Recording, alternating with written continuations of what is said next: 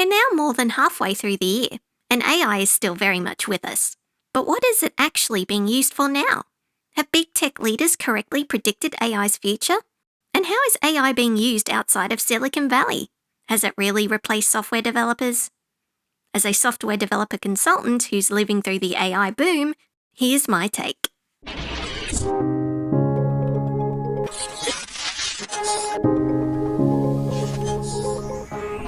We hired heavily around 2020 and 2021, including me.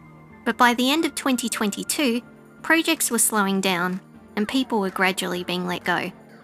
Part of that was simply the post-lockdown economy. Software projects became more expensive, clients tightened their budgets, and companies became more cautious. But another factor was that leadership was paying very close attention to what big tech executives were saying about AI. Claims that AI would replace junior and mid-level developers, and companies were generating huge portions of their code with AI, pushed my consultancy to invest heavily in AI research and training. The goal was to become an AI leader in the market.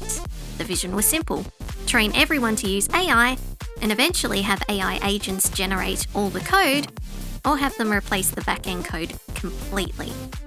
Fast forward to now, and what have we seen? As experienced developers retire or move on to other careers, someone eventually has to replace them. Several technology leaders have started pushing back against eliminating junior roles altogether. AWS CEO Matt Garman, for example, warned that stopping junior hiring would damage the industry's long-term talent pipeline. Makes sense, as senior developers don't just spawn into existence. It takes many late nights, many battle scars, and many liters of coffee to forge one. While we're still nowhere near the hiring levels seen before the pandemic, software development job postings have started to recover during 2026. Indeed has reported a steady rebound compared to last year, and the Pragmatic Engineer has also highlighted an increase in hiring in both the US and the UK by 20%. With major companies like Apple, Amazon, and IBM expanding their software engineering recruitment. Even I've started seeing this in my own consultancy. Although the 6-month bench policy is still in place, and I've unfortunately seen at least one senior developer be made redundant, we've also had one of our first graduate intakes since 2022. To me, it feels like companies are finally starting to realise that AI works better alongside developers, instead of being a replacement. Writing code used to be the slow part of the project.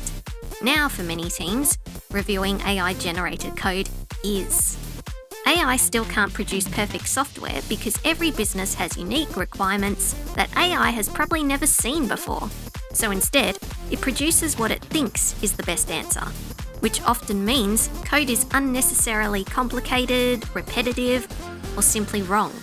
From what I've heard, developers who say they're under pressure to deliver features quickly are unable to review every line thoroughly. When hundreds or thousands of AI-generated lines appear in a pull request, reviewing them properly becomes exhausting. The danger isn't AI writes bad code every time. The danger is eventually someone gets tired and just clicks approve. There has also been at least one high-profile AI support failure. In June 2026, Meta's AI-powered customer support agent was tricked into believing an attacker owned an Instagram account. It added the attacker's email address to the account and sent the password reset information there instead of to the legitimate owner. Several high-profile accounts were hijacked before Meta patched the flaw. I'm assuming that's not exactly the customer experience they were aiming for? One thing many companies underestimated was cost.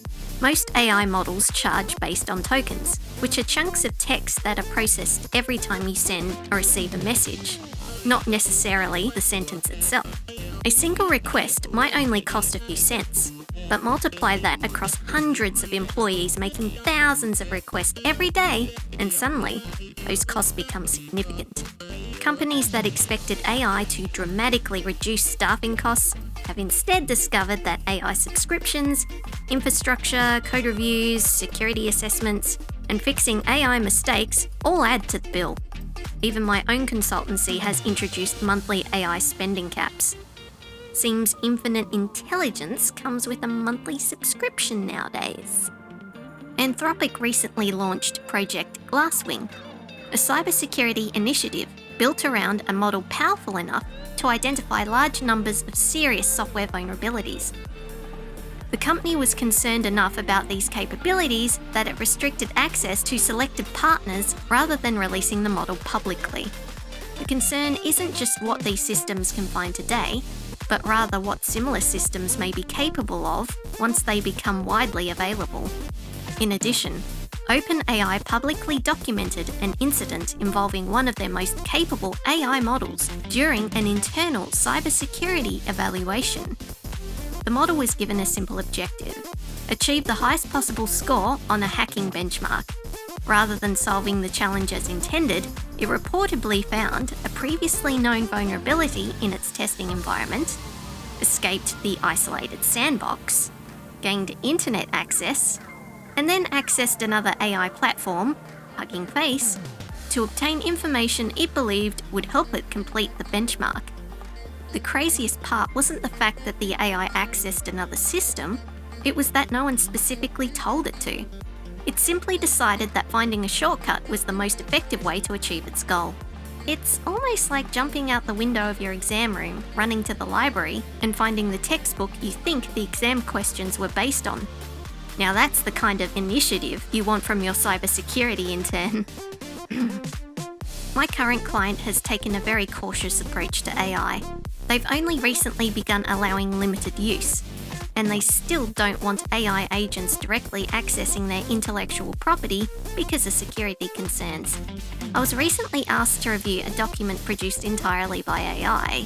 It was about 50 pages long, and it could have been like 10.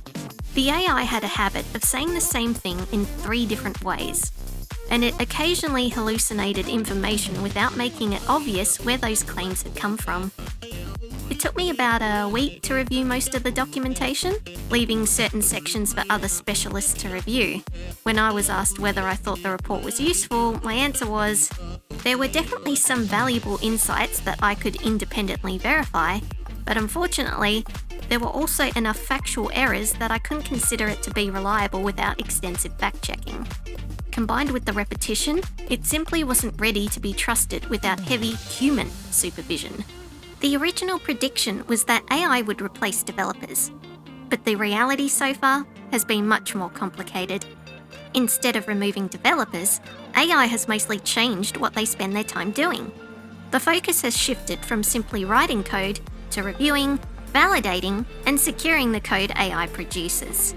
At the same time, we're beginning to see signs that the industry is finding a better balance.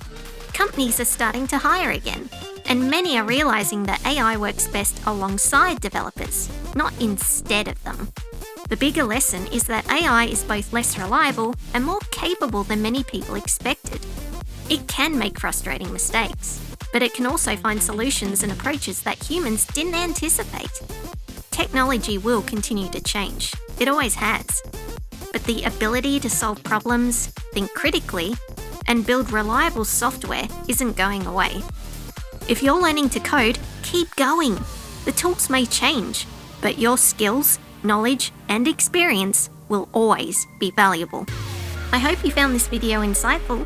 If you did, feel free to leave a like and let me know your thoughts on the future of AI in the comments below. If you're interested in learning programming, exploring software development tools, or hearing about my experience in the industry, consider subscribing. This channel is all about sharing knowledge and helping you grow your skills as technology continues to evolve. Until the next video, this is Micro, logging out.